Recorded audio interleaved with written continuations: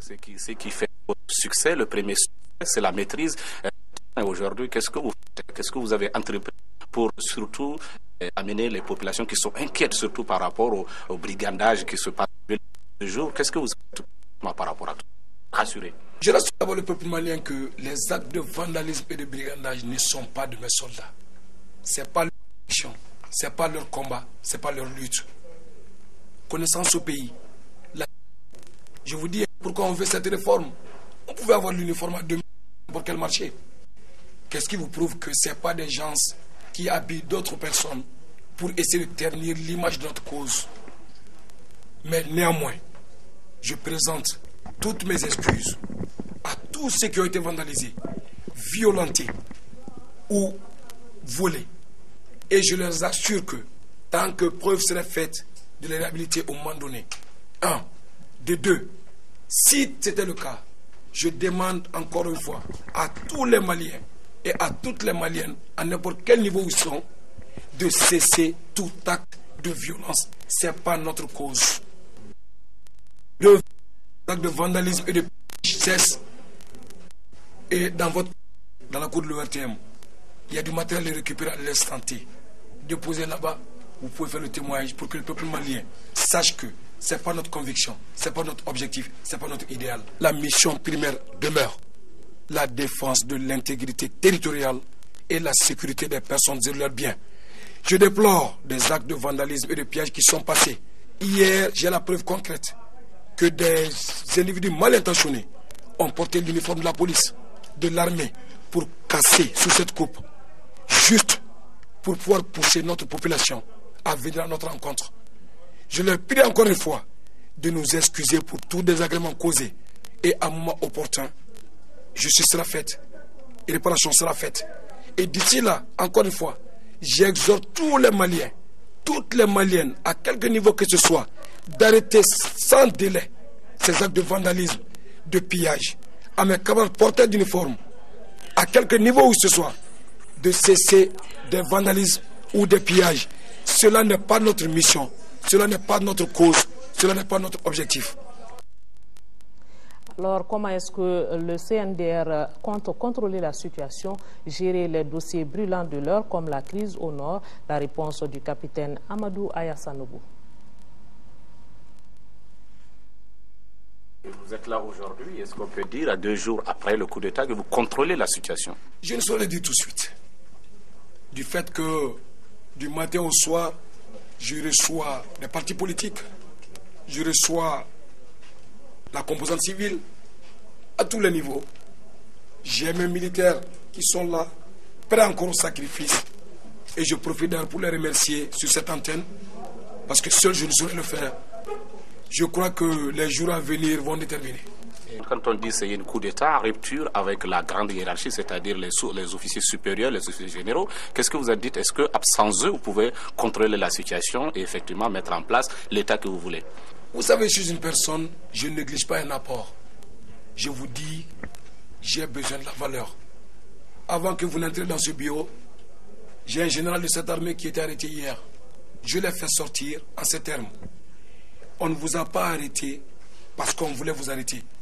Mais ma mission, c'est de sauver votre vie hier. Si je ne l'avais pas gardé, il ne serait pas vivant ce matin. Mais par contre, j'ai besoin de vous. Et à l'instant où je vous parle, ce général est en train de travailler pour moi tout de suite pour gérer les problèmes de la crise du Nord. Effectivement, pour changer les choses, améliorer les choses pour le Mali, pour les militaires, pour la société civile, pour tout le monde, c'est les hommes qui changent, c'est la méthode qui va changer. La méthode, le fond. Pourquoi je vous dis ça? Je ne serai pas seul. Ou ce n'est pas cette armée-là qui sera seule. Mais je vais associer, je dis bien, toute personne ressource de ce pays pour amener ce changement dont on a besoin.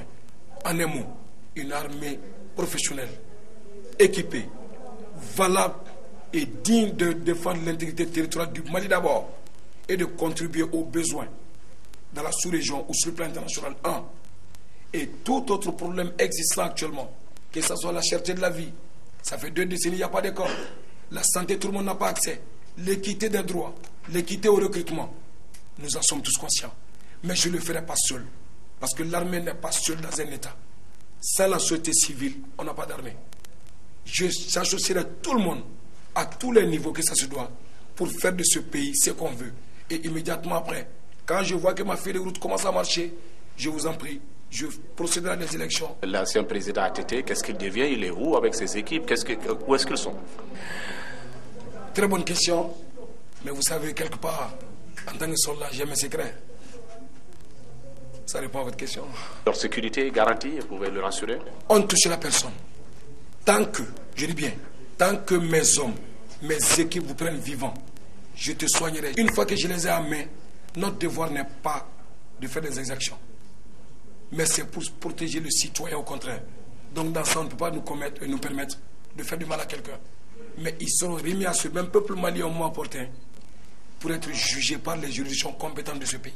Inch'Allah. Ils sont au Mali ici tous? Ils sont au Mali tous, sous bonne garde, sous bonne surveillance et ils vont bien. Ramener la paix à tout prix, c'est la priorité des nouvelles autorités qui ont saisi ce matin beaucoup de matériel volé. Daouda Sidiki Diarra est allé voir. Après le pillage de plusieurs établissements publics et privés dans la journée du jeudi, les forces armées de sécurité s'activent pour rétablir l'ordre et récupérer les objets volés. La mission n'est pas pour piller l'État. La mission, il y a un but bien déterminé. Ce n'est pas fait pour saboter nos matériels qui nous appartiennent tous. L'État, c'est pour nous tous. Les matériels volés, c'est pour nous. On ne doit pas les voler. On ne doit pas faire des casses. On fait des casses pour qui? Pour nous-mêmes. Est-ce que c'est bon pour nous? Ainsi, à la direction des services des douanes, une patrouille de l'armée a récupéré des meubles de bureau, des climatiseurs, du matériel informatique, des postes téléviseurs, des réfrigérateurs et même des véhicules. Plusieurs patrouilles sillonnent la ville actuellement pour rassurer la population. Mon peuple sache que nous sommes encore là, dans notre lutte, mais la mission primaire demeure. La défense de l'intégrité territoriale et la sécurité des personnes et de leurs biens. Je déplore des actes de vandalisme et de pillage qui sont passés, mais que le peuple malien comprenne que tout n'est pas nous. On est en Afrique. Hier, j'ai la preuve concrète que des individus mal intentionnés ont porté l'uniforme de la police, de l'armée, pour casser sous cette coupe, juste pour pouvoir pousser notre population à venir à notre rencontre. Je leur prie encore une fois de nous excuser pour tout désagrément causé et à un moment opportun, justice sera faite et réparation sera faite. Et d'ici là, encore une fois, j'exhorte tous les Maliens, toutes les Maliennes, à quelque niveau que ce soit, d'arrêter sans délai ces actes de vandalisme, de pillage, à mes camarades porteurs d'uniforme, à quelque niveau où ce soit, de cesser des vandalismes ou des pillages. Cela n'est pas notre mission, cela n'est pas notre cause, cela n'est pas notre objectif. L'État a précisé que les forces armées de sécurité ont arrêté des civils. Ces bandits qui s'habillent en tenue militaire s'adonnent à des actes de pillage. Ils ont profité du cafouillage pour aller piller les installations de l'État dans les domiciles privés. Donc ces gens-là ont été interpellés et les matériels-là ont été saisis à l'issue. Présentement, on a une quinzaine à notre niveau qui seront transférés devant les juridictions compétentes pour les différentes phases de la justice. En ce qui concerne ces matériels aussi, ils seront destinés à leurs propriétaires parce que par rapport aux endroits où ces matériels ont été saisis, les enquêtes vont prouver à qui appartient réellement ces matériels.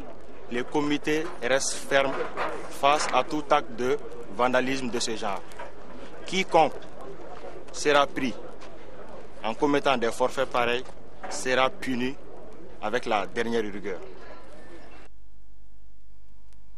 Le président du CNRDR a rencontré aujourd'hui plusieurs personnalités, parmi lesquelles le directeur général des douanes. Il a été question de trouver les voies et moyens pour relever les défis du moment. Nous vous proposons donc d'écouter le directeur général des douanes. Je venais répondre à l'appel du président du CNRDRE dans le cadre de la relève des défis qui se posent actuellement en ces heures cruciales au pays. Vous savez, l'administration des douanes occupe une place centrale dans la mobilisation des ressources pour le trésor public. Donc nous avons discuté de ces questions-là. Nous avons parlé également des problèmes que nous avons connus avec le pillage de nos installations qui sont totalement détruites, qu'il va falloir reprendre rapidement pour que les agents de douane partout au Mali puissent travailler. Et donc je profite de votre caméra, de votre micro, pour lancer un appel à l'ensemble des agents de douane de la République du Mali, partout où ils se trouvent, qu'ils continuent à se mobiliser, qu'ils continuent à être solidaires pour relever les défis en ces heures cruciales, encore une fois, pour notre pays. Donc, je pense que cet appel sera entendu et tout le monde va se reprendre et se remettre au travail dès mardi pour que le pays puisse continuer d'avancer.